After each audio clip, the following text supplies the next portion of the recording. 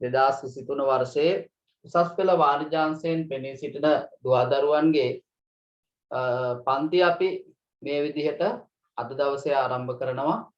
කණ්ඩායම් පන්තියක් විදිහට අපි දන්නවා ඔබගේ සාමාන්‍ය පෙළ ප්‍රතිඵල පහුගිය දිනවල නිකුත් වුණා. ඉතින් මේ අතර මේ ප්‍රතිඵල වලින්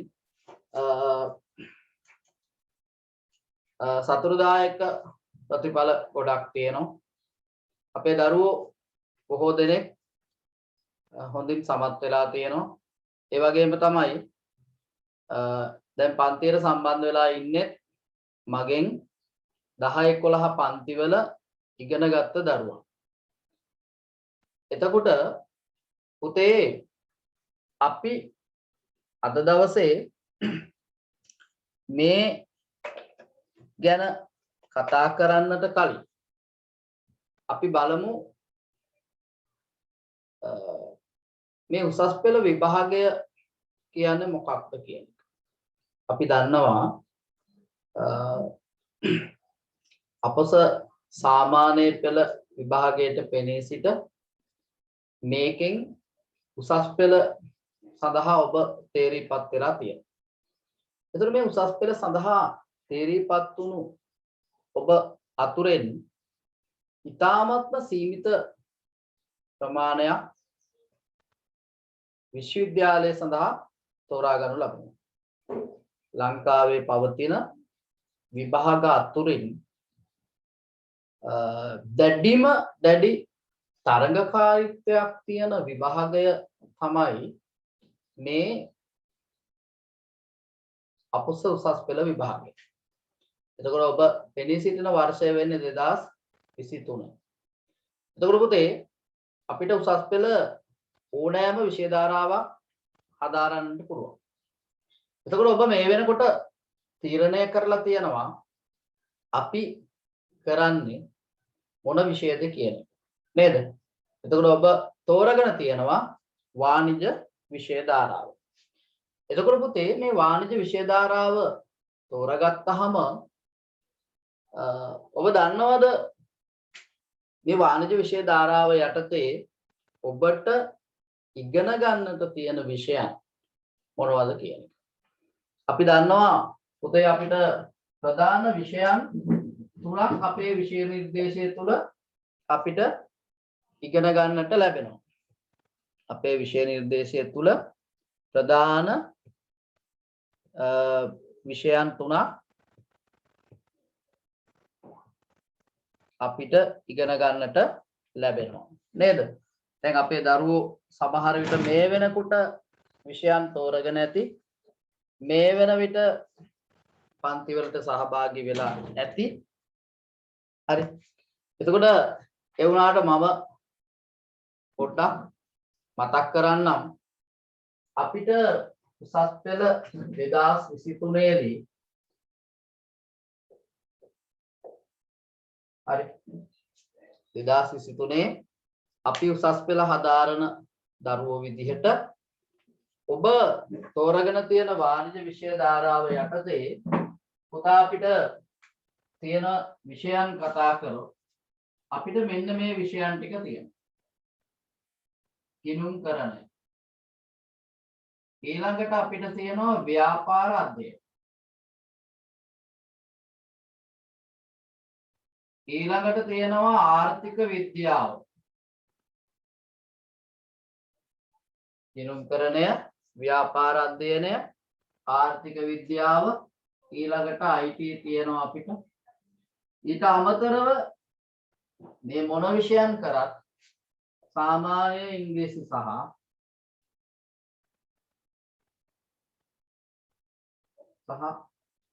සාමාන්‍ය පොදු පරීක්ෂණය මේ දෙකත් ඔබගේ විභාගයේදී තියෙනවා. ඔකේ මෙතන තියෙනවා විෂය කොටස් 4ක්. මේකෙන් ඔබ විෂයන් 3ක් තෝරාගත යුතු වෙනවා. හරි. එතකොට තෝරා ගන්නකොට බොහෝ දරුවෝ මේ විෂයන් තුල තමයි වාණිජ විෂය ධාරාව යටතේ අපි ඉගෙන ගන්න විෂයන් විදිහට සලකන්න පුළුවන්. හැබැයි දරුවන්ට පුළුවන් මේ මෙතන විෂයන්ගෙන් එක් විෂයක් අතහැරලා IT විෂය තෝරගන්න. හැබැයි ඔබ එහෙම තෝරගත්තට හරියන්නේ නැහැ. ඔබ ඉගෙන ගන්න පාසලේ IT විෂය කරනවාද කියන එක බලන්නට ඕනේ. හරි. IT තියෙනවා නම් මේකේ විෂයක් අපිට අයින් කරලා IT තෝරගන්න පුළුවන්. සාමාන්‍යයෙන් වාණිජ කරන හැම දරුවෙක් වගේම ගිණුම්කරණයේ විෂය කරනවා. සාමාන්‍යයෙන් අපි IT තෝරගද්දී ගිණුම්කරණයේ විෂය අතාරින්නේ නැහැ. හැබැයි මේ විෂයන් දෙකෙන් එකක් අතහරින්නට පුළුවන්. හරි.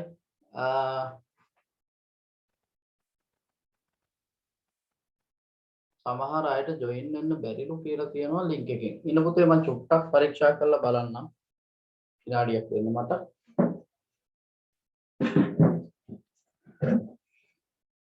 මම නැවත ලින්ක් එක දාන්නම් කොපි කරලා.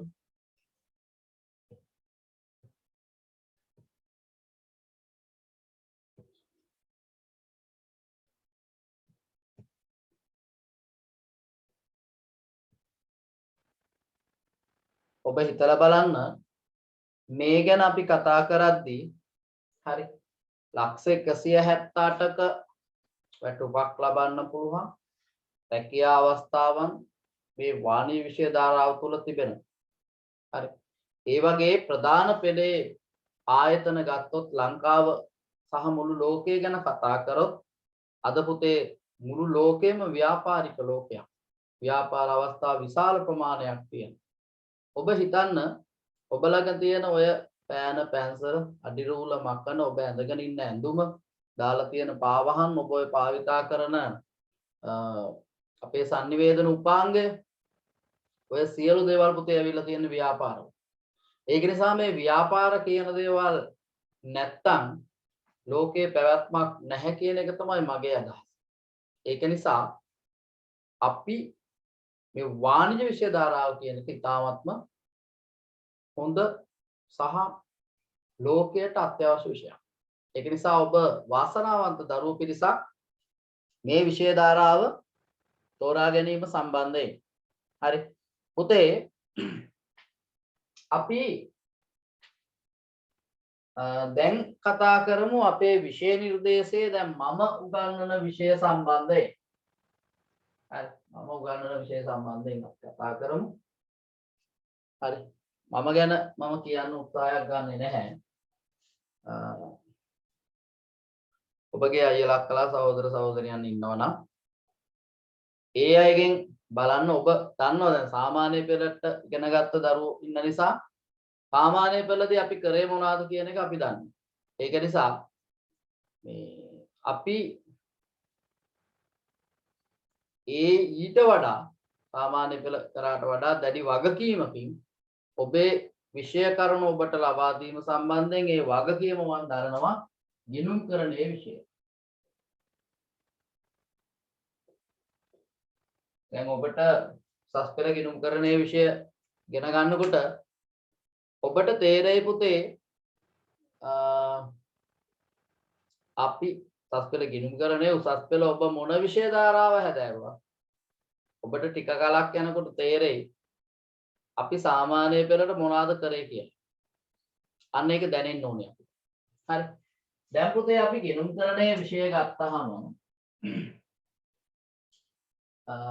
අපි ගිණුම්කරණ විෂයට යන්න කලින් හරි අපි බලමු මේ විෂය ධාරාව එහෙම නැත්නම් අපි ඉගෙන ගන්න විෂයන් තුල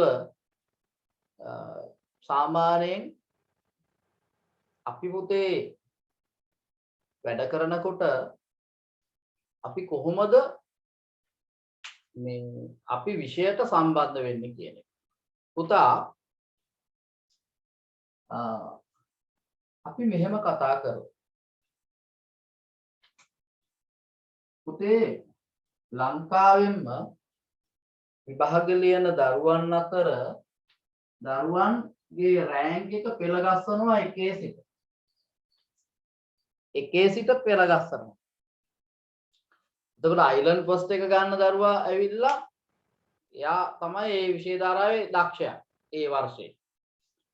එතකොට එයා විෂයන් තුනටම A3ක් සහ A3 ඉහළ මට්ටමක A3ක් වෙනවා. හරි. මේ Z score කියලා එකක් අපි හදනවා. ඒ Z අගෙන් තමයි ඔබ විශ්වවිද්‍යාලයට තෝරා ගැනීම කරන්නේ. හරි. එතකොට අපි මෙහෙම කතා කරමු. පුතේ එකේ සිට සාමාන්‍යයෙන් අයිලන්ඩ් පළවෙනි 400 දෙනා. හරි. විශ්වවිද්‍යාල ගත්තාම වාණිජාංශයට තියෙන හොඳ විශ්වවිද්‍යාලය තමයි ශ්‍රී ජයවර්ධනපුර විශ්වවිද්‍යාලය. එතකොට පුතේ ජපුරට ගන්නේ අයිලන්ඩ් පළවෙනි 400 දෙනා. මේක වෙනස් වෙනවා. හරි. මම මූලික වශයෙන් ගත්තේ 400 ඒක අවුරුද්දෙන් අවුරුද්ද වෙනස් වෙනවා. වැඩි වෙනවා. අපි හිතමු අයිලන්ඩ් එකේ 400ක් තමයි දැන් පළවෙනි අයිලන්ඩ් 400 ජපුරට අරගෙන ඉවර වෙලා තමයි ඉතුරු විශ්වවිද්‍යාල වලට සහ දිස්ත්‍රික් කෝටා එක දෙන්නේ. දිස්ත්‍රික් කෝටා එක කියලා කියන්නේ දිස්ත්‍රික්ක වලින් ගන්න සංඛ්‍යාව. හරි. අපි දිස්ත්‍රික් රෑන්ක් 1 2 3 කියලා කියනවා. සාමාන්‍යයෙන් මොනරාගල දිස්ත්‍රික්කයේ 150කට විතර ආසන්න ප්‍රමාණයක් විශ්වවිද්‍යාලයට ගන්නවා දිස්ත්‍රික් කුසලතාවය මත. හරි. එතකොට අපි හිතමු මොනරාගල දිස්ත්‍රික්කයෙන් අපි හිතමු විශ්වවිද්‍යාලයට ගන්න 150යි කියලා. මොනරාගල දිස්ත්‍රික්කයෙන් විශ්වවිද්‍යාලයට ගන්නේ දරුවන් 150යි. එතකොට අපි ඒ ගැන කතා කරොත් පුතේ මේ 150 වැඩි කරන්න පුළුවන්ද බැරිද? පුළුවන්ද බැරිද? මේ 150 දෙනා පුතේ වැඩි කරන්න පුළුවන්. විකල්පයන් දෙකක් තියෙනවා. පළවෙනි විකල්පය දෙවන විකල්පය. හරිද? පළවෙනි විකල්පය තමයි ජනගහනය වැඩි වෙන්නේ. දිස්ත්‍රික්කේ ජනගහනය වැඩි වෙන්න ඕන. ඕක කරන්න පුළුවන් ද අවුරුදු දෙකක් ඇතුළත? ඒ තරම් දක්ෂයෝ අපි අතර නැහැ. ඒක නිසා පුතේ මේ විකල්පයට අපිට යන්න බෑ අත. වසර දෙකක් තුල ජනගහනය වැඩි කර ගැනීමේ හැකියාවක් නැහැ. ඒක අපිට කොහොමවත් කරන්න බෑ. එහෙනම් එයා ඉවරයි. පුතේ දෙවෙනි විකල්පය තමයි මෙන්න මෙහෙම. හරි. ඊට වැදගත් වෙන්නේ දෙවෙනි විකල්පය. දැන් පුතේ රෑන්ක් ලංකාවෙම ලකුණු පෙළගස්සලා ලංකාවෙන් පළවෙනි 400 දෙනා අපි හිතමු ජපුරට ගන්න. ජයවර්ධනපුර විශ්වවිද්‍යාලයට ගන්නවා ලංකාවෙන් පළවෙනි 400 දෙනා. මොකද වාණිජ්‍ය විෂය ධාරාවේ හොඳම විශ්වවිද්‍යාලය තමයි ජයවර්ධනපුර විශ්වවිද්‍යාලය. සහ ඔබට ඔබගේ උසස් පෙළ බිනුම්කරණයේ ප්‍රශ්න පත්‍රය හදන සියලු ආචාර්යවරුන් ඉන්නේ ශ්‍රී ජයවර්ධනපුර විශ්වවිද්‍යාලය. ඒක නිසා අපිත් යන්න ඕනේ එතනටම තමයි. හරි. පුතේ මම කිව්වේ දැන් මේ දිස්ත්‍රික්කයේ ජනගහනය වැඩි කරලා විශ්වවිද්‍යාලයට යන සංඛ්‍යාව වැඩි කරගන්න හැකියාවක් නැහැ අවුරුදු දෙකක්. හැබැයි අපිට පුළුවන් මෙහෙම කරන්න. හරි. පුතේ අපි හිතමු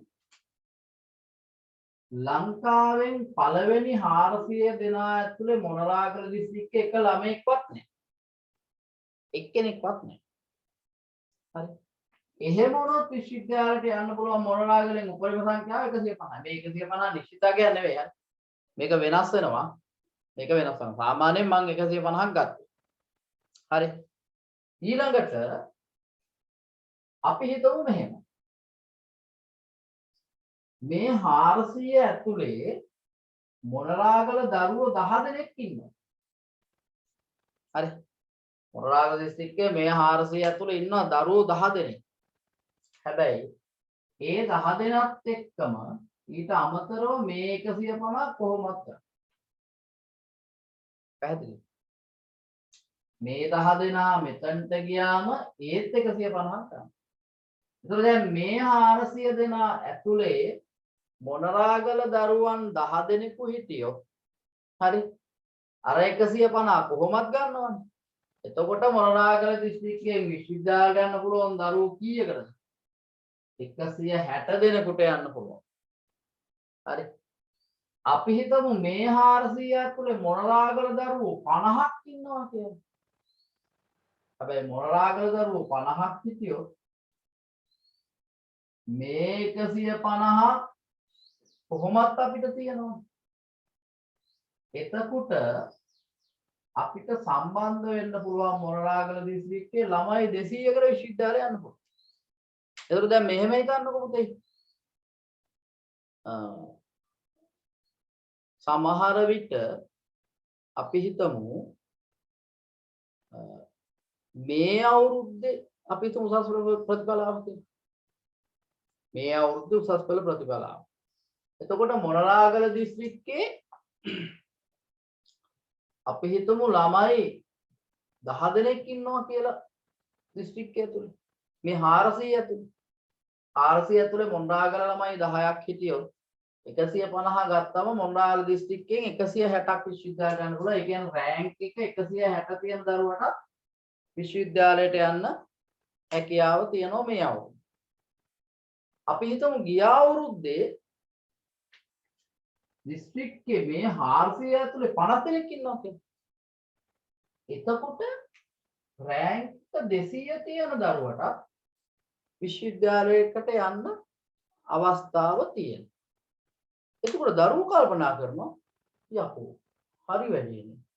ගිය අවුරුද්දේ 200 තිබුණ එක කැම්පස් ගියා. මේ අවුරුද්දේ දැන් 162 65 වගේ යනවා. එයාට යන්න පුළුවන්. එයාට යන්න බෑ. ඔන්න දැන් හිතනවා ගිය අවුරුද්දේ 200 ගත්ත මේ අවුරුද්දේ. ඒක නිසා පුතේ ඒක තීරණය වෙන්නේ මෙන්න මේ 400 දෙනා අතරට දිස්ත්‍රික්කයෙන් අපි කී දෙනෙක් ඇතුළත් වෙනවද කියන එක. එතකොට මේ 400 දෙනා ඇතුලේ දිස්ත්‍රික්කයෙන් වැඩි පිරිසක් මේ 400 දෙනා ඇතුළට ගියොත් අන්න පුතේ අපේ දිස්ත්‍රික්කයෙන් විශ්වවිද්‍යාලයට යන ප්‍රමාණයක් මොකද වෙන්නේ? වැඩි වෙනවා. අපිට පුළුවන් නම් මේ අයිලන්ඩ් එකේ පළවෙනි 400 දෙනා ඇතුළට යන්න. හරි. අයිලන්ඩ් එකේ පළවෙනි 400 දෙනා ඇතුළට අපි යනවා නම් ඔන්න පුතේ අපි අපේ දිස්ත්‍රික්කය වෙනුවෙන් යුතුයකමකුත් ඉෂ්ට කරනවා. යුතුයකමක් ඉෂ්ට කරනවා. ඒ කොහොමද? ඇයි පුතේ අපි මේ 400 ඇතුළට ගිය ගමන් අපේ දිස්ත්‍රික්කයේ ඉන්න තව අපේම සහෝදරයෙකුට හෝ සහෝදරියකට අවස්ථාව ලැබෙනව නේද විශ්වවිද්‍යාලයට යන්න. අපි යනකොට අපි විතරක් නෙවෙයි යන්නේ. අපි තව කෙනෙක් අපේ දිස්ත්‍රික්කයෙන් විශ්වවිද්‍යාලයට අරගෙන යනවා. ඒ කොහොමද? අපි යන්න ඕනි කොතනටද? මෙන්න මේ පළවෙනි 400 දෙනා ඇතුළට. දැන් ඉතින් පළවෙනි 400 දෙනා ඇතුළට යන්නේ කොහොමද? හරි වැඩේනේ. ඔන්න පුතේ ඊළඟ ප්‍රශ්නේ. ඇති වෙන තැන. දැන් මේ පළවෙනි 400 දෙනා ඇතුළට යන්න පුතේ අපි එක විෂයක් ප්‍රගුණ කරලා වැඩක් නැහැ. විෂයන් දෙකක් ප්‍රගුණ කරලා වැඩක් නැහැ. අපිට සිද්ධ වෙනවා විෂයන් තුනම ප්‍රගුණ කරන්න. සහ බොහෝ විට පුංචි ආරංචියක් තියෙනවා මෙහෙම. ඒ විශ්වවිද්‍යාලයට බඳවා ගැනීමේදී ඉදිරියේදී ඉංග්‍රීසි විෂය සම්බන්ධයෙන් සමර්ථයක් ඉල්ලන සම්භාවිතාවයක් අනාගතයේ බොහෝ විට මතුවීමට ඉඩකඩ තියෙනවා. ඒක නිසා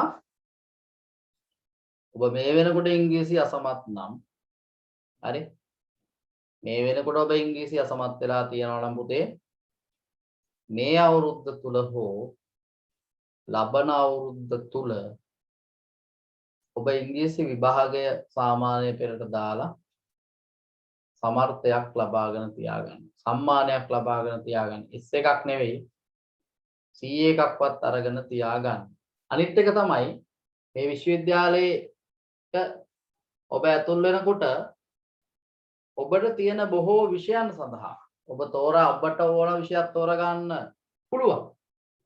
ඔබගේ සුසුකම් වලට ඔබගේ ප්‍රතිඵලය මත ඔබට ඕනෑම විෂය ධාරාවක් විශ්වවිද්‍යාලයේ හදාරීමේ අවස්ථාවක් තියෙනවා. හැබැයි ප්‍රශ්නයක් තියෙනවා. මොකක්ද මේ ප්‍රශ්නේ? සමහර විෂය ධාරා සඳහා අනිවාර්යෙන් පුතේ ඉංග්‍රීසි විෂයට හරි ඉංග්‍රීසි විෂය සඳහා සම්මානයක් ඉල්ලනවා. ඒක නිසා මතක තියාගන්න. හරි ඔබ ඉංග්‍රීසි විෂය අදාගත යුතු වෙනවා. මුලින්ම ඔය මතක් කිරීම කරන්නේ නැත්නම් අපිට ඔව කවුරුවත් කිව්වේ නැහනේ.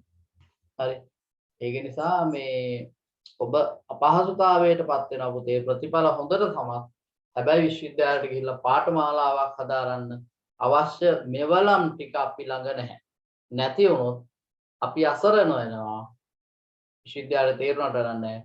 අපිට හොඳ පාඨමාලාවකට ඇතුළත් වීමට තියෙන අවස්ථාව මග හැරිලා යන්න පුළුවන්.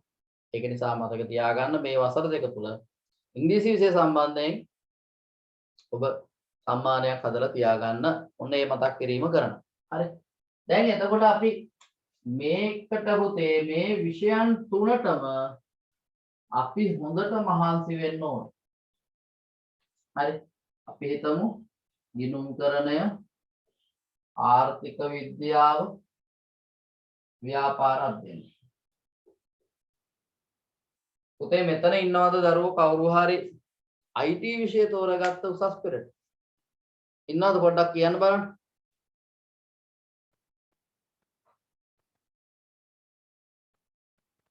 කාංචන, සමුදි, ලහිරු, කුෂාන්, කාංචන IT විෂය තෝරගෙන තියෙනවා නේ. ඔව්. ඒතර කාංචන අතහරින විෂය මොකක්ද දන්නේ? BS අතහරිනවා නේ. ඒක බලන්න ඕනේ පුතේ අපේ ඉස්කෝලේ BS අතහැරලා IT කරන්න පුළුවන් මම හිතන්නේ. මතක තියෙනවා. ඔව් පුළුවන්. සමහර පාසල් වල පුතේ ඉකෝන් අතහැරලා BS කරන්න වෙනවා IT කරලා. ඒ පාසල් වල යන විදියට. හරි. ඒක නිසා අපේ පුළුවන්. අපේ මම හිතන්නේ BS අතහැරලා පුළුවන් කරන්න මේ IT. හරි. එතකොට දැන් මේ විෂය ධාරාවන් ගැන කතා කරනකොට පුතේ දැන් අපි මෙතනට යන්න නම් හරි. දැන් ඔබගේ ටාගට් එක තියෙන්න ඕනේ. ඔබ නිකන් A3ක් ගන්නවා. එහෙම වැඩ කරාට වැඩක් නැහැ පුතේ. අපි දැන් ඉලක්කයක් ගොඩනගා ගන්න. අපි A3ක් ගන්නවද? කොහොමද අපි කරන්න කියන එක සම්බන්ධයෙන් මේ අපිට කතා කරන්න වෙනවා කරුණු. හරි. A3ක් ගත්තට විශ්වවිද්‍යාලයට යන්න බෑ ඇත්තටම. හරි. මොකද මගේ පහුගිය දවස්වල අවුරුදු වල සමහර දරුවෝ හිටියා පුතේ A3 අරගෙන විශ්වවිද්‍යාලයට යන්න බැරි වෙච්ච ළමයි. ඒකයි මම කියන්නේ A3කට ඔබ ටාගට් කරලා වැඩ කරොත් වැඩක් නැහැ. ඔබ ටාගට් කරන්න ඕනේ මෙතනට. අඳුම තරමේ දැන් මෙහෙම හිතන්න පුතේ. ඈත ගහක තියෙනවා අඹ ගෙඩියක්. අපිට ගලක් ගහන්න පුළුවන් දුරේ. අපි ගලක් ගහනවා අඹ ගෙඩියට. මොකද වෙන්නේ? වදින්නත් පුළුවන්. වදින්න නැති වෙන්නත් පුළුවන්. හැබැයි වැදුන් නැතත් අඩුම තරමේ ඔය අඹ ගෙඩිය ළඟින් හරි ඔය ගල යනව නේද? ඇයි ඒ? අපි හරියටම ඉලක්කයක් තියාගෙන ගැහුවා. වදින්න නැති වෙන්න පුළුවන්. වදින්නත් පුළුවන්. වදින්න නැති වුණත් අඩුම තරමේ ළඟින් යනවා. පැහැදිලිද? ඇයි? අපිට ඉලක්කයක් තිබුණා මම මේ අඹ ගෙඩියට ගහනවා. හරි ඒක නිසා අපි නැත්තම් මෙහෙ ගල ගහද්දි මෙහෙ යන්නේ නැහැ නේ පුතා. දැන් අඹ ගෙඩිය මෙතන නම් තියෙන්නේ. අපි මෙතන නම් ඉන්නේ. අපි කොහොම හරි ගහන ගල එක්ක මේකේ වදින්න පුළුවන් නැත්නම් මෙතනින් මේ අඹ ගෙඩියක් වගේ ගන්නවා නේද? හරි. මෙතනින් යන්න පුළුවන්. හැබැයි ඉතින් මේ ගහන ගල පුතේ අඹ ගෙඩිය මෙහෙදිදී මෙහෙ යන්නේ නැහැ. ඒක නිසා මතක තියාගන්න අපි වැඩ කරනකොට හරි අපි වැඩ කරනකොට අපිට ඉලක්කයක් තියෙනවා නම් හරි දැන් මෙහෙම හිතන්න දරුවෙක් අපි හිතමු අයිලන්ඩ් ෆස්ට් එක ගන්නවා කියලා වැඩ කරනවා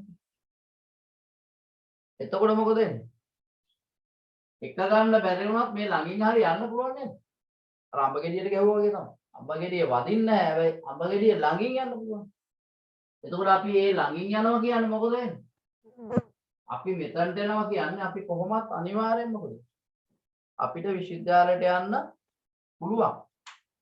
ඒක නිසා ආදරණීය දරුවනි මතක තියාගන්න ඔබ මේ මොහොතේ කවුරුවත් කරන්නම් වාලේ මේ විෂය තෝරගන්න එපා.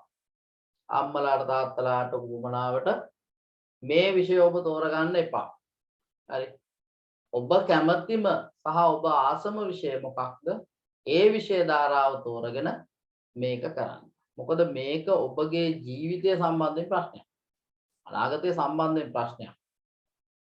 ඒක නිසා මෙතනදී අපි හොඳම තීරණය හොඳම තොරතුරු පදනම් කරගෙන අපිට ගන්න වෙනවා. නැත්තම් මොකද වෙන්නේ අපි අනාගතේ අසාර්ථක වෙනවා. හරි.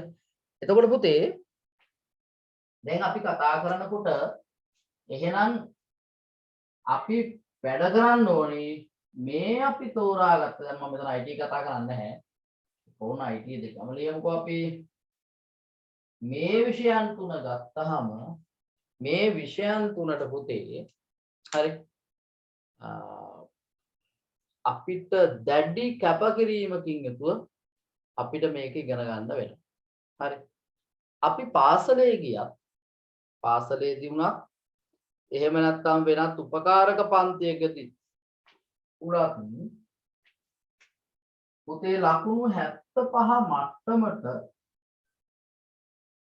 ඕනෑම දරුවෙකුට යන්න පුළුවන්. හරි. ලකුණු 75 මට්ටම ඔබ පාසලෙන් ඉගෙන ගත්තත් පාසලෙන් විතරක් ඉගෙන ගත්තත් ඔබ උපකාරක පන්ති ඕනෑම පන්තියකට සහභාගී වුණා ඕනෑම දරුවෙකුට මේ 75ට යන්න පුළුවන්. ප්‍රශ්නේ තියෙන්නේ පුතේ මේ 75ක් 100ක් අතර තියෙන මෙන්න මේ ලකුණු 25 හරි මෙන්න මේ 25 තමයි අපේ ඉලක්කය තීරණය වෙන්නේ යන්න පුළුවන්ද බැරිද කියන්නේ. ඒකයි මම කිව්වේ ඔබට ඕනෑම පන්තියකින් ඕනෑම ගුරුවරයෙක්ගෙන් ඔබ ඉගෙන ගන්න ඕනම පාසලකින් මෙතනට යන්න පුළුවන්. හැබැයි ප්‍රශ්නේ තියෙන්නේ මෙන්න මේ ටික තමයි පුතේ අපිට ගොඩක් වෙලාවට අපේ තරඟකාරීත්වයට අත්‍යවශ්‍ය වෙන ලකුණු ප්‍රමාණය. හරි. ඒක නිසා ඔබ වැඩ කරන්න බෑ ලකුණු 75ක් තියාගෙන 75ක් ගන්නවා කියලා හිතාගෙන සාමාන්‍ය පෙරට නම් ඒකක් ලකුණු 80ක් ආව නෑ කමන්නේ මට ඒකක් එනවනේ. එහෙම ඒකක් එනවා කියලා හිතුවට වැඩක් නැහැ. සමහර වෙලාවට ඒ ආවට අපිට බලාපොරොත්තු වන ප්‍රතිඵල එන්නේ නැති වෙනවා. පුතේ ඒක නිසා මෙන්න මේ 25 ගන්න මෙතනටම උදව් කරන ගුරුවරයෙක් ඔබ තෝරගෙන මේ විෂයන් වලට පන්ති වලට සහභාගී වෙන්න. ඒක ඔබ තීරණය කරන්න. පන්ති දෙක තුනකට ගිහින් බලන්න ප්‍රශ්නයක් නැහැ. ඒකට ඔබට මේ විෂයන් වලට ගියාම ඔබට තේරෙයි කවුද හොඳ කවුද වැඩක් නැත්තේ කියන එක. හරි. එතකොට පුතේ දැන් ඔබට තියෙන ප්‍රශ්නේ තමයි දැන් මේ ගිණුම්කරණය විෂය ගැන අපි කතා කරද්දී දැන් අනිත් විෂයන් ඔන්න ගැන මම මෙතනින් කතා කරන්නේ නැහැ. හරි. දැන් එතකොට මට මෙතනට යන්න මෙතන මේ 400ට යන්න මට උදව් කරන්න පුළුවන් විෂය ධාරාව ගිණුම් කරණයනේ. හැබැයි මේ ගිණුම් කරණය තමයි පුතේ මෙතන තියෙන විෂයන් වලින් ලේසිම විෂය. ලේසිම විෂය. හරි. සහ බොහෝ දරුවන්ට අමාරුම විෂය. පැහැදිලිද? මම කතා කරන විදිහට ගත්තොත් ගිණුම් කරණය තමයි මේ විෂය ධාරාවේ තියෙන ලේසිම විෂය. ඒ වගේම තමයි බොහෝ දරුවන්ට තියෙන අමාරුම විෂය තමයි accounting කියලා කියන්නේ. ඒකට බලපාන හේතුවක් තියෙනවා. ඒකට බලපාන හේතුව තමයි එකක් තමයි මේ accounting වල අනිත් විෂයන් වගේ නෙවෙයි. මේකේ පුතේ පාඩම් මෙන්න මෙහෙම සම්බන්ධ වෙලා තියෙනවා. බොහෝ පාඩම් හරි. අපි ඉගෙන ගන්න විෂය නිර්දේශය මම විෂය නිර්දේශය ගැන පැහැදිලි කරන්න තව පොඩ්ඩකින්. මේ විදිහට බොහෝ පාඩම් සම්බන්ධ වෙලා තියෙනවා. දැන් මේ එකක් හරි මග හැරුණොත් මොකද වෙන්නේ? මෙතනින් එහාට තියෙන සම්බන්ධය මොකද වෙන්නේ? බිඳ වැටෙනවා. මේක නැති වුණොත් මෙතනින් එහාට තියෙන පාඩම් එකකටවත් අපිට යන්න බැරි වෙනවා. දැන් මෙතන ඉන්න සියලුම දරුවෝ ගිණුම් කරණය විෂය අපි සාමාන්‍ය පෙරට ඉගෙන ගත්ත නිසා මම මෙහෙම පැහැදිලි කිරීමක් කරන්නම්. හරිද? ඔබ හිතන්න ඔබට දිත්ත සටහන් බැරි වුණා නම් හරි දිත්ත සටහන් හරියට බැරි වුණා නම් අපි හරියට දිත්ත සටහන් අවබෝධ කරගත්තේ නැත්නම් ඔබට මොකද වෙන්නේ කියන එක ඔබ හිතලා බලන්න. එතනින් එහාට යන්න පුළුවන්ද බලන්න. අපි වත්කම් වගකීම් හිමිකම් කියන ඒවා හරියට දැනගත්තේ නැත්නම් මොකද වෙන්නේ? ඔබට එතනින් එහාට යන්න පුළුවන්ද? යන්න බෑ. පැහැදිලිද? ඒක නිසා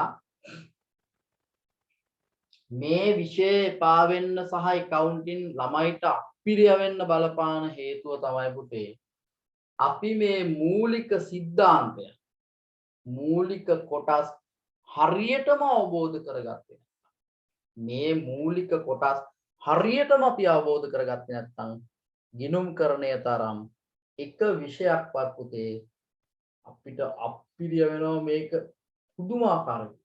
ඒක නිසා තමයි ළමයි කියන්නේ accounting අමාරුයි කියන්නේ. ඒක නිසා හොඳට මතක තියාගන්න මේ ගිණුම් කරන අනිත් විෂයන් වල ගැටුවක් නැහැ පුතේ. ආර්ථික විද්‍යාව ව්‍යාපාර අධ්‍යයනයේ මැදින් පැනලා මේ විෂයන් ඉගෙන ගන්න පුළුවන්. මැදින් පැනලා ඉගෙන ගන්න පුළුවන්. හැබැයි මේකේ මැදින් පැනලා ඉගෙන ගන්න බෑ. අත හැරුණොත් මේ කොහේ හරි තැනක් අපිට ඒක බලපානවා පුතේ අපේ ජීවිත කාලෙට.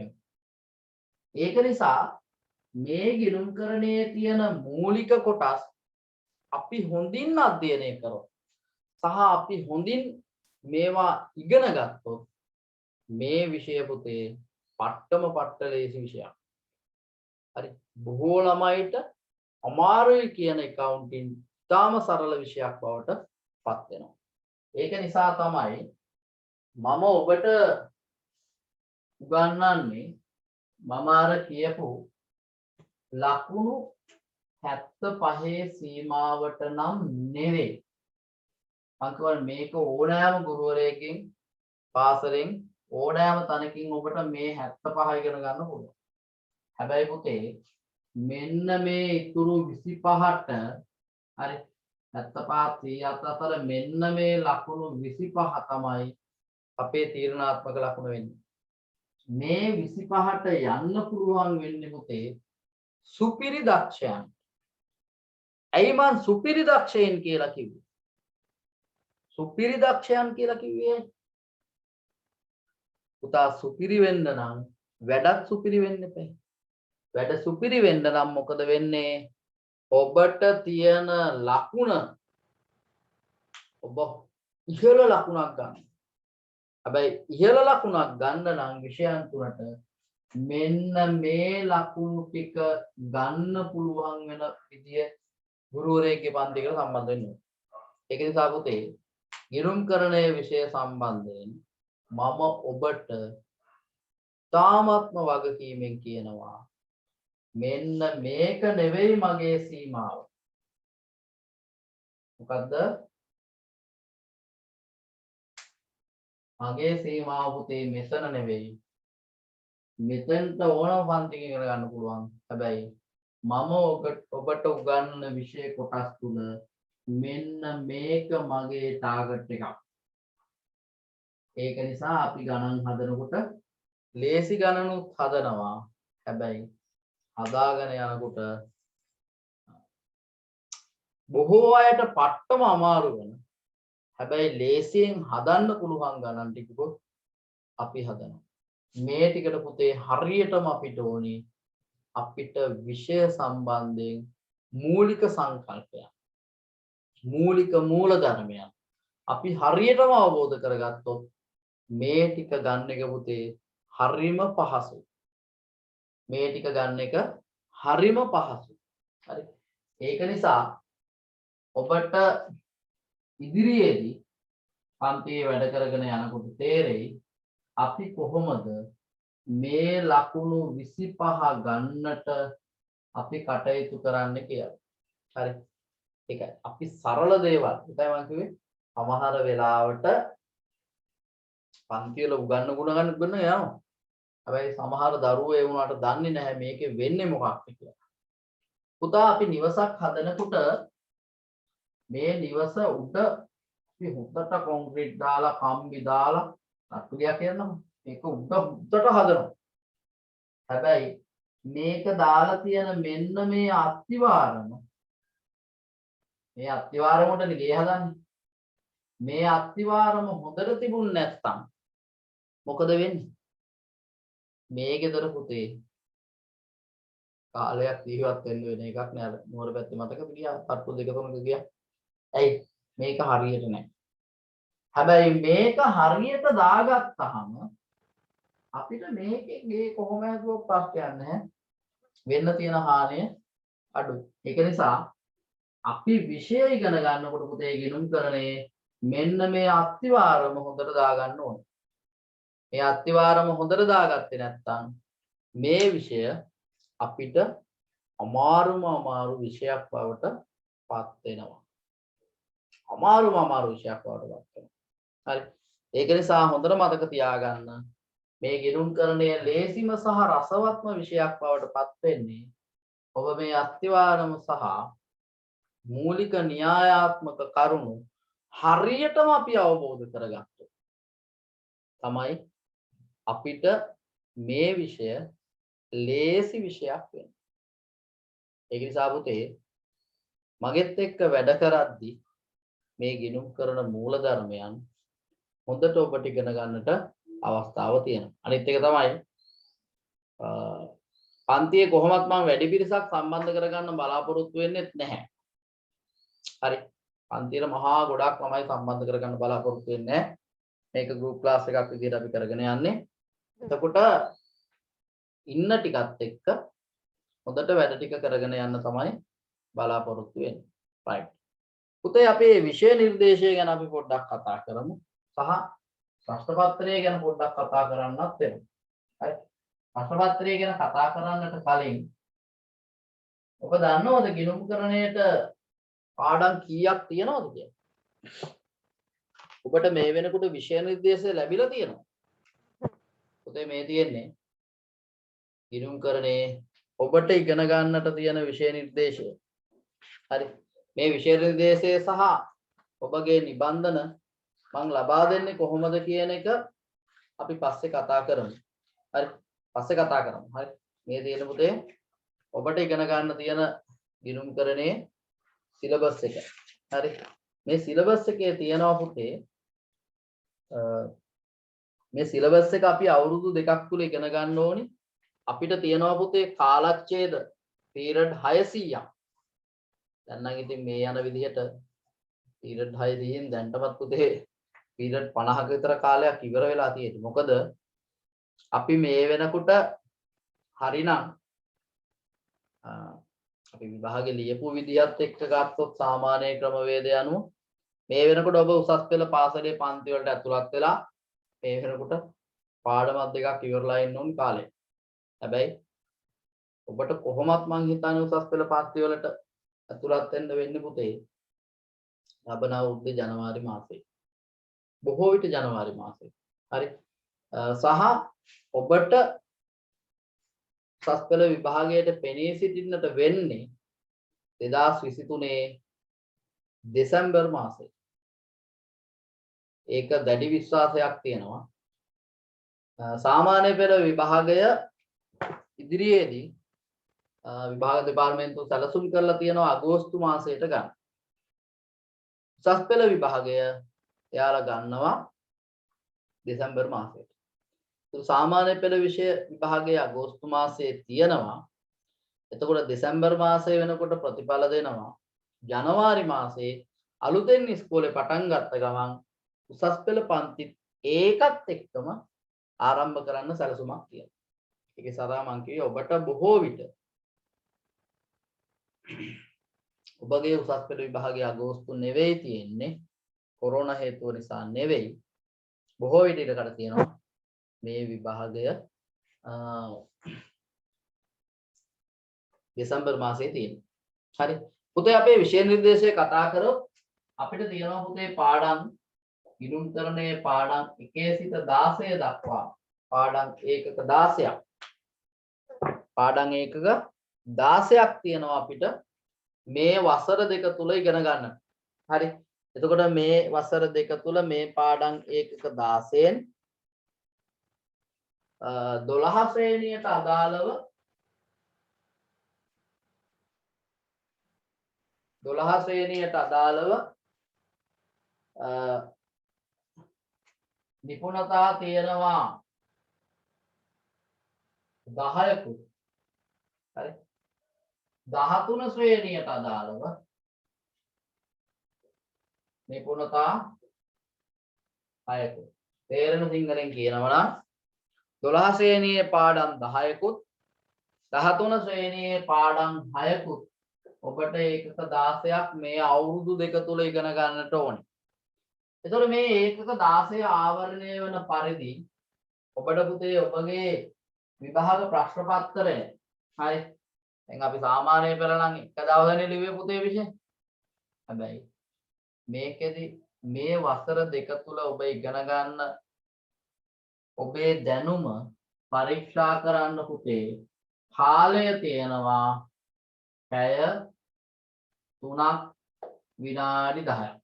පැය 3කුයි විනාඩි 10ක කාලයක් තියෙනවා ඔබගේ දැනුම මේ වසර දෙක තුල ඉගෙන ගත්ත ඔබගේ දැනුම පරීක්ෂා කරන්නට. හරි. ඔබගේ දැනුම පරීක්ෂා කරන්නට භාග දෙපාර්තමේන්තුව ඔබට දෙනවා කාලයක් පැය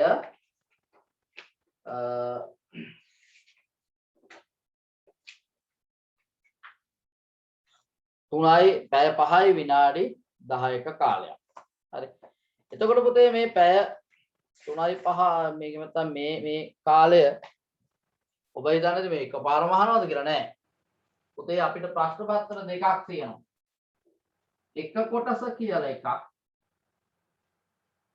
දෙක කොටස කියලා තව එකක්. එක කොටසේ ඔබට තියෙනවා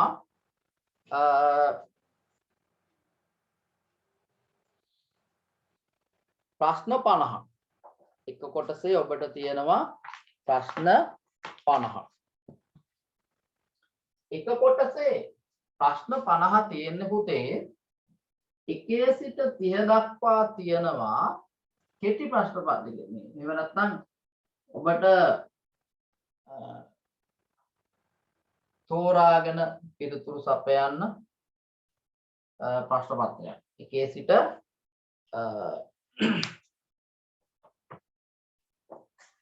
30 දක්වා MCQ 30ක් තියෙනවා. ඒතර මේ MCQ ඔක්කොම බලයි. හැබැයි මේ 30 තියෙන පුතේ අපිට උත්තර තෝරන්න හරි උත්තරය. එතකොට ඔබට මේ ප්‍රශ්න 30ට ඔබට දෙනවා උත්තරය දැන් අපි සාමාන්‍ය පෙළ නම් 4යි තිබුණේ. හැබැයි උසස් පෙළ පුතේ උත්තර 5කින් තමයි එකක් තෝරන්නේ. එතකොට මේ 1 සිට 30 දක්වා ඔබට තියෙනවා උත්තර 150ක්. උත්තර 150න් ඔබ 30ක් තෝරන්න. ඊළඟට ඉතුරු ප්‍රශ්න ටිකේ හරි ඉතුරු ප්‍රශ්න 30 ගත්තාම මේ 20 ගත්තාම ඉතුරු ප්‍රශ්න 20 තියෙනවා පුතේ මෙන්න මෙහෙම ප්‍රශ්න ටිකක්. හරි ඉතුරු ප්‍රශ්න ටික ගත්තාම ඉතුරු ප්‍රශ්න ටිකේ එනවා සාමාන්‍යයෙන් ප්‍රශ්න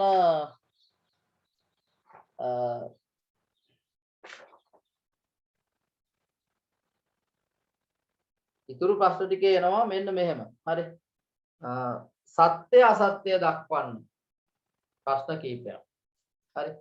ඊළඟට කෙටි පිළිතුරු සපයන්න ප්‍රශ්න කීපයක්. කෙටි පිළිතුරු සපයන්න ප්‍රශ්න කීපයක් ලැබෙනවා. ඊළඟට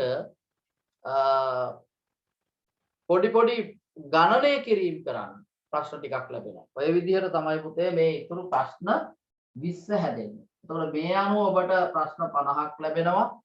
මේ ප්‍රශ්න 50ට ලකුණු 4 ගානේ ඔබගේ ප්‍රශ්න පත්‍රයට ලකුණු 200ක් ලැබෙනවා. හරි. ඒ වගේම දෙවෙනි කොටස ගත්තාම හරි දෙක කොටස ගත්තාම පුතේ දෙක කොටසේ හරි දෙවෙනි ප්‍රශ්න පත්‍රයේ ගත්තාම දෙවෙනි ප්‍රශ්න පත්‍රයේ ඔබට ලැබෙනවා දැන් මෙතනට පුතේ පැය 2යි මේකට පැය 2යි දෙවෙනි ප්‍රශ්න පත්‍රයට ලැබෙනවා පැය 3යි විනාඩි 10ක්.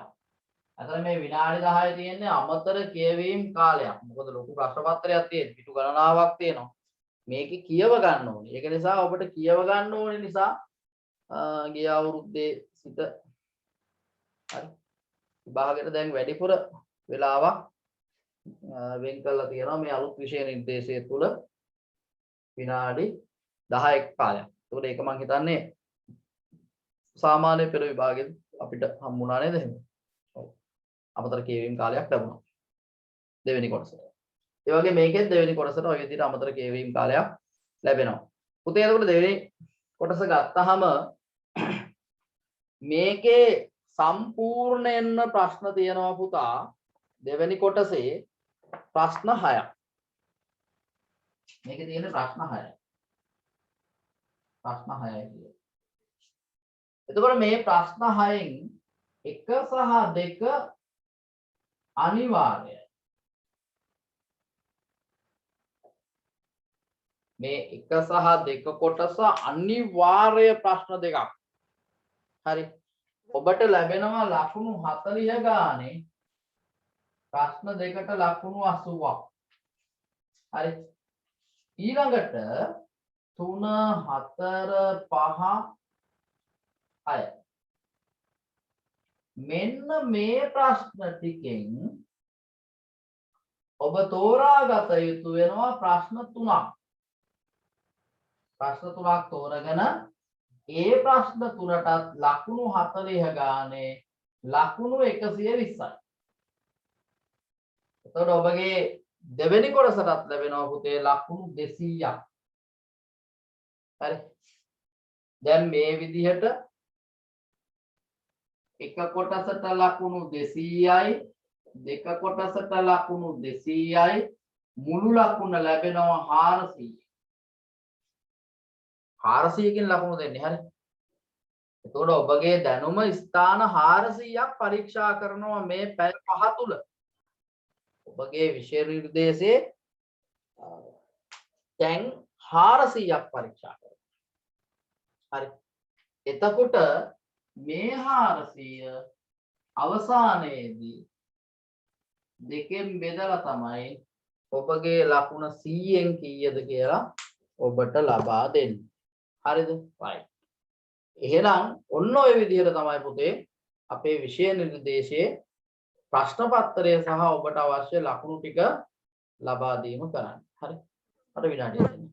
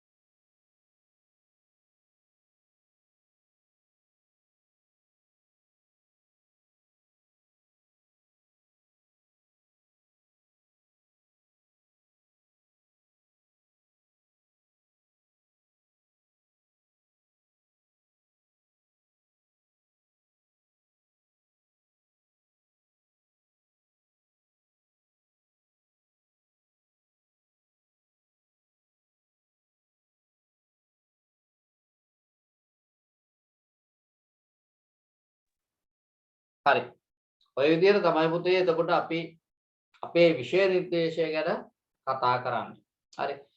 එතකොට මේ පාඩම් ඒකක 16ම ආවරණය වන පරිදි තමයි මේ කෙටි ප්‍රශ්න පත්‍රයේ හදලා තියෙන්නේ. ඒ වගේම දෙවෙනි කොටසත් ඒ විදිහම තමයි. දරුවන්ට මොනවා හරි මේ සම්බන්ධයෙන් ගැටලුවක් තියෙනවා නම් පොඩි වෙලාවක් දෙන්නම් මගෙන් එක්ක කතා කරන්නට පුළුවන්. හරි. මේ වගේ දේවල් කලින් අහලත් ඇති නේද? අනිත් පන්තිවල පටන් ගන්න දවසේ මම හිතන්නේ මේවා කතා කරන්න නේ? කතා කරාද? කතා කරන්නකො බලන්න චුට්ටක් බලන්න. පුරු ටිකක් අපි කතා කරමු බලන්න. ඉන්නේ ඉතින් හැමෝම අලුත් දරුවෝ නෙවෙයිනේ. සියලු දෙනා ඉන්නේ මගේ ගෝලයෝ නේ. ඒක නිසා මේ අලුත් අය කවුරුවත් නැහැ. හිටපු අයමනේ ඉන්නේ. මේ කියපු ටික තේරුණාද?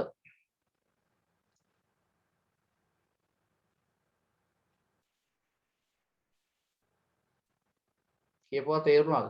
චමුදි?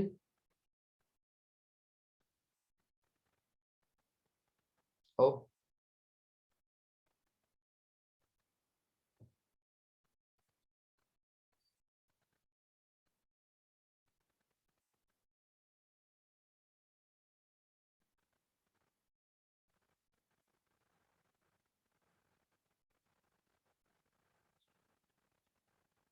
සමහර අයට ජොයින් වෙන්න බෑ කියලා තිබුණා. චමුදි ඒ අයට මොකද කරේ? පණිවිඩය දුන්නාද?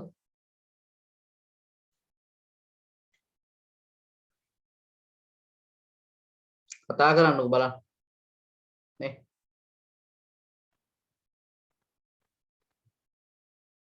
හරි. එතකොට පුතේ මට චුට්ටක් කියන්න. ඔයාලට මේ වෙලාව නැතුව හරි සමහර වෙලාවට මේ වෙලාව දාගත්තම සමහර ළමයිට පොඩි ප්‍රශ්න තියෙනවා නේ මොනවා හරි පන්ති මේ වෙලාවේ මොනවා හරි පන්ති තියෙනවද දරුවෝ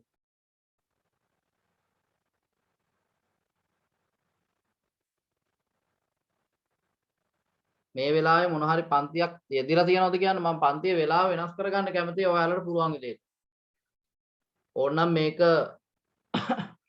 මේ අපිට හවස් වෙලාවක දාගන්නත් පුළුවන් හවස් වෙලාවක දානවා පුතේ මෙන්න මේ දවස් තමයි මට තියෙන්නේ ඉතල ඒ කියන්න බෑ මට පුළුවන් අඟහරුවාදා නේද අඟහරුවාදා 9න් පස්සේ පුළුවන් හරි ඊළඟට බදාදා 6 8 පුළුවන් 6 ඉඳන් 8 වෙනකන් 8 ඉඳන් 10 වෙනකන් තව පන්තියක් තියෙනවා හරි බ්‍රහස්පතින්දත් පුළුවන් 6 8 කරන්න හරි මම මේ හවස් වෙලාවල් කියන්නේ හරි ඉරිදා හවස ඕන වෙලාවක් පුළුවන් හරි නැත්නම් අපි අඟහරුවාදා දිගටම මේ වෙලාවම තියාගමු ප්‍රශ්නයක් නැහැනේ මේ වෙලාව හොඳයිද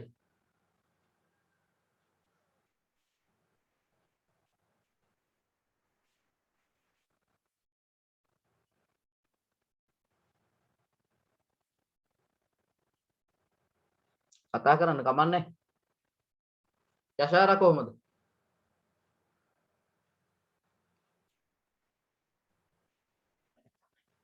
බදාදා හවස හොඳයි කියලා තියනවා දරුවෝ හරි පුතේ අපි ස්ථිර වෙලාවක් දාගන්න නැත්නම් දැනට මේ වෙලාව දිගටම ඔහොම කරගෙන යන්න අපි ටික දවසක් ගිහිල්ලා අපි බලමු අපිට කරගන්න පුළුවන් වෙලාව කොහොමද යෙදෙන්නේ කියලා නේ මේ වෙලාව හොඳයි කියලා තමයි ගොඩක් දරුවෝ කියන්නේ මොකද සමහර දරුවන්ට තියෙන ප්‍රශ්නේ තමයි සමහර පැතිවල සිග්නල් ප්‍රශ්න නිසා රැට ගිහිල්ලා සම්බන්ධ වෙන්න රැට අපිට රැට සම්බන්ධ වෙන්න මේ බැරි වෙනවා එක්කෝ කොහෙන් හරි සිග්නල් තියෙන තැනකට ගිහිල්ලා තමයි ගොඩක් දරුවෝ සම්බන්ධ වෙන්නේ. අන්න එහෙම ප්‍රශ්නක් තියෙනවා. හරි. ඒක නිසා මේ දැනට අපි ටික දවසක් යනවා මේ විදිහට කරගෙන යමු. ආ. එකමාර හතරමාර කරගෙන යමු. හරි. මේ ඊළඟට දැන් ඔබට පුතේ තියෙනවා මේ පාඩම් වලට අදාළ නිබන්ධනයක්. ඒ වගේම ඔයාලට මේ සිලබස් එක මම දෙන්න ඕනි. ඊළඟට ඔබට තියෙන මෙන්න මේ නිබන්ධනය මම දෙන්න ඕනි. හරි. මේක නේ වැරදි කරන එකක් ආවේ.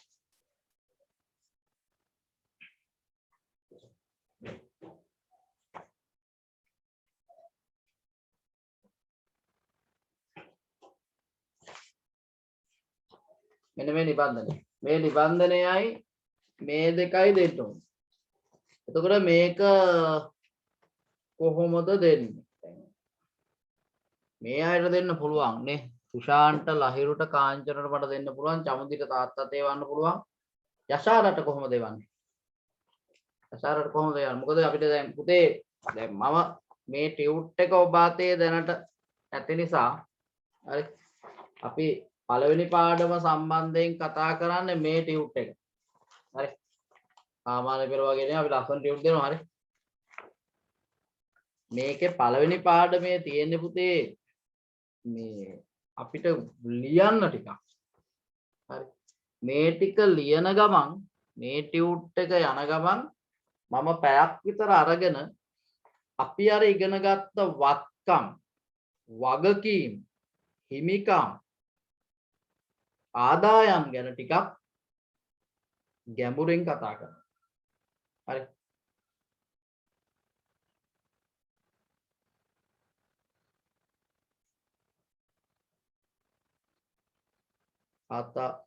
හරි.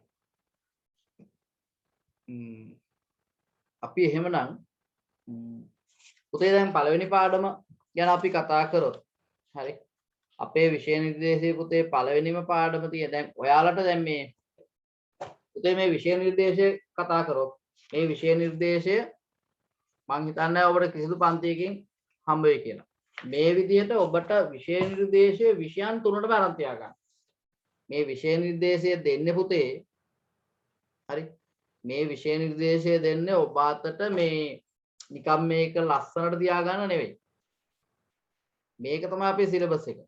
එතකොට අපි ඉගෙන ගන්නකොට අපි පාඩම් ඉවර වෙනකොට ඔබගේ මේ විෂය නිර්දේශයේ හරි ඔබගේ මේ විෂය නිර්දේශයේ හරි ඒ ආවරණය වන හැම පාඩමක්ම හරි මේ දැන් පළවෙනි පාඩම ගත්තාම පළවෙනි පාඩමේ මේ ආවරණය වන හැම පාඩමක්ම ඔබ හයිලයිට් කරන්න ඕනේ.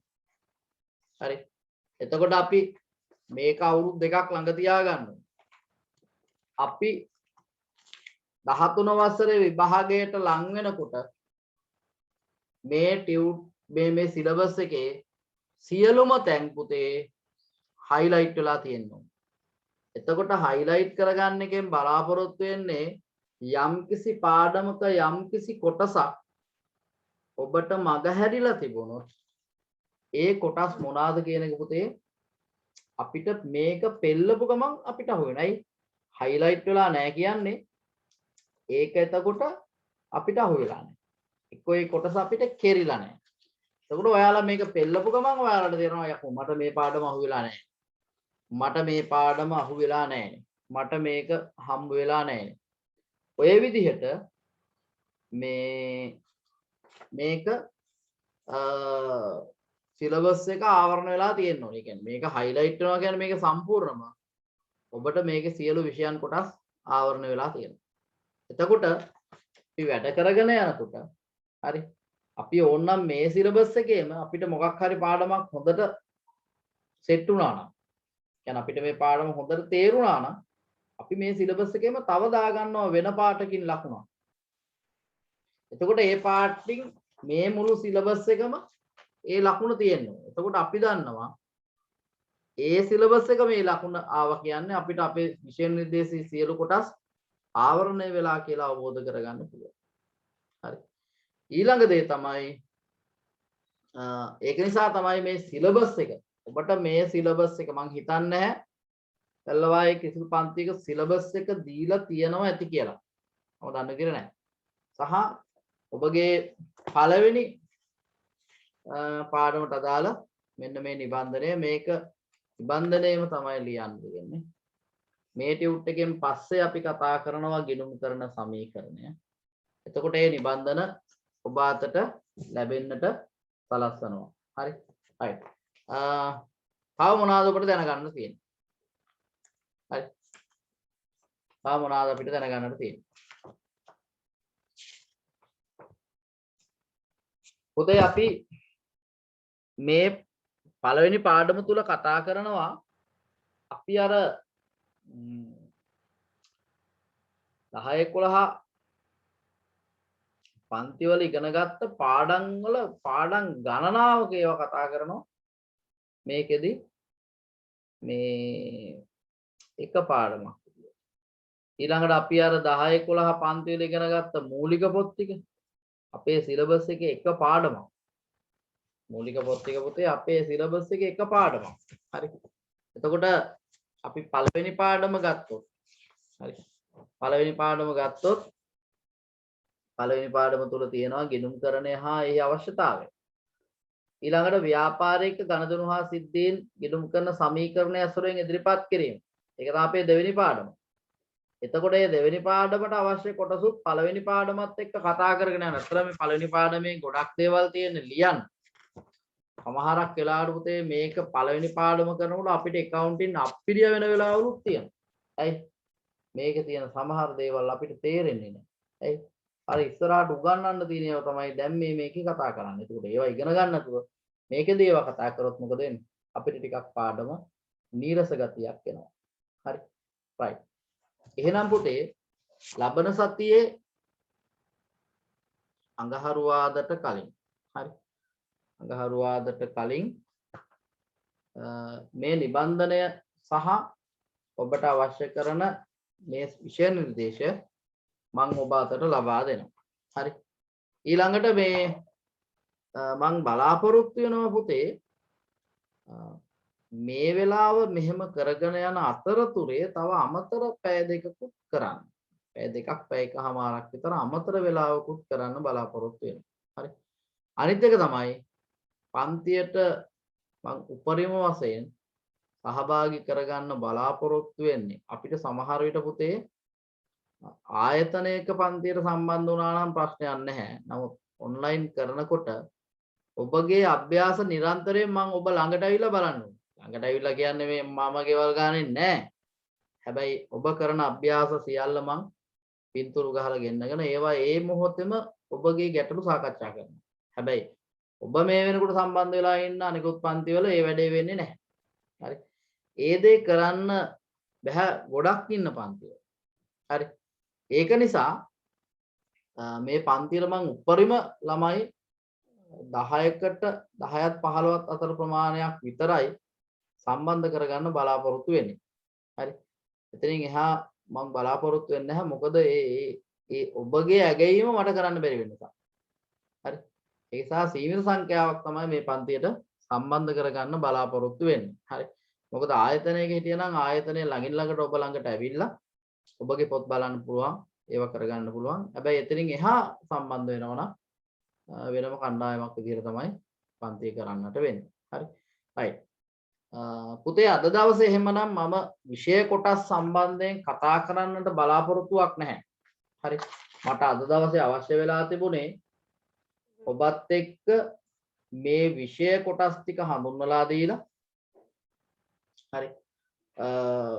ඊළඟට මේකේ කොහොමද අපි මේ වැඩපිළිවෙල කරන්න කියන එක තීරණය කරලා හරි. මෙන්න මේ ටික තමයි මට අද දවසේ කතා කරන්නට අවශ්‍ය වෙලා තිබුණේ. හරි. සහ මම මේ වෙලාව මම තීරණය කරලා දැන්. හැබැයි මේ වෙලාව ඔබට පුළුවන්ද කියන එක ප්‍රශ්නයක්. පුතේ දැන් සමහර දරුවෝ දාලා තියෙනවා 6-8 කරමු කියලා. හැබැයි අද දවසේ 6-8 කරන්න බෑ. මොකද මට අද දවසේ 5ට පටන් ගත්තාම රාත්‍රී 9:00-9:00 විතර වගේ වෙනකන් එක දිගටම පන්ති දෙනවා. හරි. සමහර දවස්වල 9 සිට 11 දක්වා තව පන්තියක් තියෙනවා. ඒක සමහර දවස්වලට කරනවා ඒ කරන්නේ අමතර දවසක්. ඒ කරගෙන යන පන්තියක අමතර දවසක්. ඒකයි මම කිව්වේ ඔබට මට තව අමතර දවසක් ඕනේ. මං සාමාන්‍යයෙන් සතියකට මාසයකට දවස් අඩුම තරමේ 7ක්වත් ඔබට පන්තිය කරන්නට බලාපොරොත්තු වෙනවා. මේ පැය දෙක නෙවෙයි. හරි ඉස්සරහට ගියාම තව මීට වඩා වැඩිපුර වෙලාවක් අරගෙන අපිට කතා කරන්නට වෙනවා. හැබැයි ඉතින් මේ මුල නිසා මම මේ සම්බන්ධයෙන් වැඩි කතා කරන්නට බලාපොරොත්තු වෙන්නේ නැහැ. දරුවන්ට තවත් මොනවා හරි ප්‍රශ්න තියෙනවා නම් මගෙන් විමසීමක් කරන්න පුළුවන්. ඔයාලට එතකොට මම නිබන්ධන ටික සූදානම් කරලා තියන්නම්. හරි. මේක අරගෙන යන්නේ කොහොමද කියන එක සම්බන්ධයෙන් මම කියන්නම්. මම බැලුවේ මෙහෙමයි දැන්. සියබලාගුණේ දරුවෝ කීප දෙනෙක් ඉන්නවා නම් මට නේද චමුදේ. එතකොට චමුදේට යවපුවාම ඒක බෙදා ගන්න පුළුවන් ඒ විදිහට. එහෙම ළඟ පහත ඉන්නවා නම් කොහේ හරි දැන් දෙපොලකට තුන්පොලකට මට ටික ගෙල්ලා දෙන්න පුළුවන්. එතකොට ඒ අයට එතනින් ගන්න විදිහට තමයි මම වැඩ පිළිවෙල හදලා තියෙන්නේ. දැනට කරන පන්ති වල දරුවන්ට එහෙම තමයි කරන්නේ. හැබැයි දුර ළමයි ඉන්නවා නම් ඒ අයට පුතේ නිබන්ධනයක් දෙන්න විදියක් නැති නිසා අවසානයේ කරන්නේ PDF ෆයිල් එකක් යවනවා ඒ දරුවන්ට print out එකක් දාගන්න දුර ළමයි. දුර කියන්නේ ගොඩාක් දුර ළමයි. අඩුම තරමේ වෙන පළාත්වල දරුවෝ ඉන්නවා සමහර පන්ති වල. ඒ අයට කරන්නේ PDF ෆයිල් එකක් යවනවා. හරි. හරි. එහෙනම් පුතේ මොනවා හරි තවදුරටත් දැනගන්නට තියෙනවද ඔබට? කතා කරන්නකො පොඩ්ඩක් නිකන් වචනයක් අහන්න හරි බලන්න.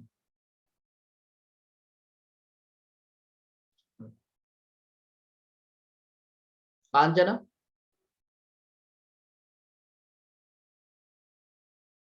ලහිරු දැන් ඔහොම ඉඳලා හරියන්නේ නැහැ. ඉදිරියේදී කතා කරන්න වෙනවා මගෙත් එක්ක. හරි. ඒකනේ මම කිව්වා මම සීමිත සංඛ්‍යාවක් ගන්න කියලා. හරි. එතකොට අපි ගුරුකුල ආයතනයට සම්බන්ධ වෙනකම් හරි. පන්තිය මේ විදිහටම පවත්වාගෙන යමු. ඊළඟට පුතේ පන්ති ගාස්තු සම්බන්ධව මම මතක් කරන්නේ. මොකද නැත්තම් ඒක ආයෙ පස්සේ මම හිතමනාපකම් ඇති කරගන්න ඕනේ නැහැ. හරි. මේක කණ්ඩායම් පන්තියක් විදිහට යන නිසා සහ මම කියවනේ මේකට ගන්න බොහොම සීමිත සංඛ්‍යාවක් කියලා. පුතේ මාසෙකට මම බලාපොරොත්තු වෙනවා 1500ක මුදලක් අය කරන්න. පන්ති ගාස්තු විදිහට. හරි. මොකද මේකට උපරිම සාධාරණයක් ඉටු කරන්න තමයි මම කිව්වේ මම මාසෙකට ඔයාලට දවස් 8ක් පන්ති කරනවා. හරි. දවස් 8ක් කරනවා ගන්න සීමිත සංඛ්‍යාවක් විතරයි. හරි. ළමයි දෙන්නද තුන් දෙනා දෙන්නේ ඒත් මම පන්ති කරගෙන යනවා. හරි. ඒක නිසා සම්බන්ධ වන අය සම්බන්ධයෙන් ගැටලුවක් ඇති කරගන්න එපා. මම ඒ අය උපරිම ඔබට අවශ්‍ය දැනුම ලබා දෙනවා. සහ ගිණුම් කරණයේ පුතේ සමහර වෙලාවට අර මම කියවනේ තියරිය හරියට සෙට් වුනේ නැත්නම් අපිට විෂය අමාරු වෙනවා. ඒක නිසා ඔබට තියරි කොටස් සමහර පන්ති වල වගේ උඩෙන් පල්ලෙන් කරලා ගණන් හදන්න යන්නේ නැහැ. තියරි කොටස් ටික ඊටාම ගැඹුරින් සහ ඒක ඔබට තේරෙන විදිහට තේරෙනකන් උගන්වන්න. හරි. මොනවා හරි ගැටලු තියෙනවද? ගැටලු තියෙනවද? එතකොට ඔයාලට නිබන්ධන ටික ගන්න ක්‍රමවේදයක් මම හදලා කියන්නම්. ඔබට සෙනසුරාදා ඉරිදා වගේ දවස් වෙනකොට ගත්තාම ඇතිනේ. හරි. හරි. ඊළඟට මේ පන්ති ගාස්තු මම මේ ගාන කිව්වේ. ඊළඟට මේක දාන්න ඔබට ගිණුම් අංකයක් දෙනවා. පුතේ මාසයේ මුල සති දෙක ඇතුළත මම මේ මාසේ නම් එහෙම අපේක්ෂා කරන්නේ නැහැ. හැබැයි පළවෙනි සති දෙක ඇතුළත සතිය ඇතුළත පන්ති ගාස්තු ගෙවන්න ඕනේ. මාසෙන් මාසයකට අලුත් ගෲප් එකක් යනවා. හරි. එහෙම තමයි යන්නේ. ඒ කියන්නේ මාසේ මුල පන්ති ගාස්තු ගෙවපු ගමන් ඒ මාසේ ගෲප් එකට යනවා. ඒතකොට කලින් මාසේ ගෲප් එක අයින් වෙනවා. ඊළඟ මාසෙත් එහෙම. එහෙම යනවා. එහෙම රසරණක් තියෙන්නේ. ඉතින් මේ ඔබට තවත් මොනවා හරි කරුණු දැනගන්නට තියෙනවද? නැත්තම් අපි මෙතනින් පන්තියේ අවසන් දැන් මට කියන්න පුතේ ඔය ගමන්ම අපි ඊළඟ දවසේ කවද්ද දාන්නේ? සිකුරාදා මම 9 සිට 11 12 දක්වා පන්තියක් දාලා තියෙනවා සිකුරාදා බෑ. බ්‍රහස්පතින්දා 10ට පන්ති කරන්නේ. බ්‍රහස්පතින්දා සමහර වෙලාවට 6ට කරගන්න පුළුවන්. බදාදා කියන්නේ බදාදා මේ වෙන පන්තියක් නිසා පොඩි ගැටලුවක් මතුණා බදාදා කරන්න පුළුවන්. එහෙම නැත්නම් බදාදා උදේ කරන්න පුළුවන් දැනට ඉස්කෝලේ පටන් ගන්නකම්. හරි. එහෙම ඔයාලට මේ ගැටු නැහැ නේ මං එහෙම වෙලාවක් දාගත්තොත්. අපි ඉරිදාට දැම්මොත් මොකද වෙන්නේ? ඉරිදා 7 සිට 9 දක්වා පුළුවන්ද කියන්නේ?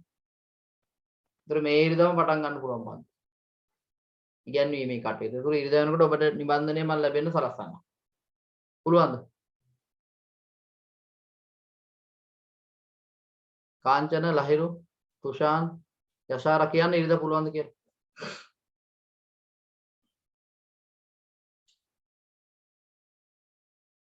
හරි. එහෙනම් අපි ඉරිදා සහ ගරුවාද කියන දවස් දෙකේම පන්තිය තියෙනවා. පුතේ අපි එහෙනම් එන සතියේ ඉරිදා ඉඳන් ඉරිදා බෑ කියලා කියනවා.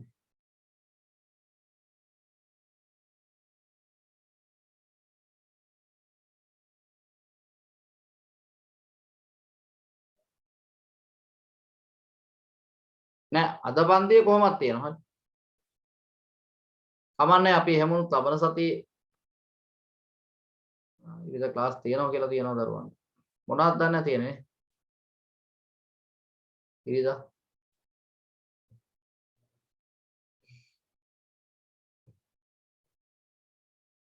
ඉකෝන් IT දෙකම තියෙනවා ඉරිදා. ඉරිදා රෑ මං අහන්නේ රෑ. ඉරිදා රෑ හරි උදේ නෙවෙයි. සෙනසුරාදා ඉරිදා උදේවරු වල මම පන්ති කරන්නේ කොහොමත් අපේ අනිත් ගුරුවරු ඒ වෙලාවවල පන්ති කරන නිසා මම ඒ වෙලාවේ ගන්නෙ නැහැ. ඉරිදා රෑ මම කියන්නේ. ඉරිදා රෑ 7 සිට 9 දක්වා. උදේ නෙවෙයි. හරි උදේ නෙවෙයි. ඉරිදා 7 සිට 9 දක්වා. හරිද කාංචන? උදේ නෙවෙයි. හරි. උදේ නෙවෙයි. හවස 7 සිට 9 දක්වා පුළුවන් ගැටලුවක් නැහැ නේ. හරි. එහෙනම් පුතේ අපි ඉරිදා 7ට ඉරිදා 7 සිට ලබන මේ එන සතියේ ඉරිදා. ඒක ඉරිදා දිගටම තියෙනවා. හරි. මම ඒක අර හැම වෙලාවක් ඉදිරියේ දාගම සමහර විට ඔබට මේ ලබන පෙබරවාරි වෙලෙ පස්සේ උසස් පෙළ විභාගය ඉවරෙච්ච ගමන් මේ සැරේ උසස් පෙළ විභාගය ඉවරෙච්ච ගමන් වෙලාවල් ටිකක් වෙනම දෙන්න පුළුවන්. දැනට දවස් 4ක් 5ක් විතර මේ සැරේ විභාගය ලියන දරුවන්ට වෙන් කරලා තියෙනවා කාලය. හරි. එහෙමනම් පුතේ අපි පන්තියේ කටයුත්ත පන්තිය හඳුන්වා දීමේ කටයුත්ත මම මෙතනින් අවසන් කරනවා. ඔබට මොනවා හරි ගැටලුවක් තියෙනවා නම් අහන්න පුළුවන්. මම අද දවසේ ඇත්තටම මේ ඉගැන්වීම් කරන්නට වඩා මගේ අදහස තිබුණා ඔබට මේ විෂය සම්බන්ධයෙන් පැහැදිලි කර දීමක් කරන්න. හරි. ඔබට මොනවා හරි ගැටලුවක් තියෙනවා. එහෙනම් පුතේ ඔන්න අපේ පන්ති වේලාව තමයි මේ දවස් දෙක අඟහරුවාදා 2:30. හරි. ලියු තන වෙන්නේ නැහැ නේ. අඟහරුවාදා 2:30. හරි. ඊළඟට ඉරිදා 7 සිට 9 දක්වා රාත්‍රී. රාත්‍රී 7 සිට 9 දක්වා. හරි. එහෙනම් පුතේ අද දවසේ සම්බන්ධ වුණු ඔබ සියලු දෙනාට මාගේ ස්තුතිය පුද කරනවා. හරි. මොකද මේ මම ඔයාලට නිබන්ධන ටික ගන්න කොහොමද කියන එක මම කියන්නම්. එතකොට දැන් ඔයාලත් එක්ක සම්බන්ධ වෙලා ඉන්න අනිකුත් යාළුවන්ට මේ පණිවිඩය දෙන්න. හරි. මොකද නිබන්ධනයේ ළඟ තියාගන්න වෙනවා නැත්තම් මේ ඒක කාගෙන් හරි අරගෙන ෆොටෝකෝපියක් ගහලා තමයි සම්බන්ධ වෙන්නේ අලුතෙන් සම්බන්ධ වෙන දරුවන්. හරි. එහෙනම් පුතේ අපි අද දවසේ කටයුත්ත මෙතනින් නිමා කරනවා. ඉතින් ඔබ සියලු දෙනාටම සුබ සන්ධ්‍යාවක් වෙන්න කියලා ප්‍රාර්ථනා කරනවා. මම ගෲප් එක මැසේජ් කරන්න පුළුවන් විදියට දාලා තියෙන. එතකොට ඔබට මොනවා හරි දෙයක් විමසන්න පුළුවන් ගෲප් එක හරහා. හැබැයි ඒක ඉදිරියේදී බ්ලොක් කරනවා මැසේජ් මට විතරක් යවන්න පුළුවන් වෙන විදියට. දැනට මම ওই විදියට තියන්නම්. එහෙනම් ඔබ සියලු දෙනාටම පෙරවන් සරණ ලැබේවා. ආයුබෝවන්.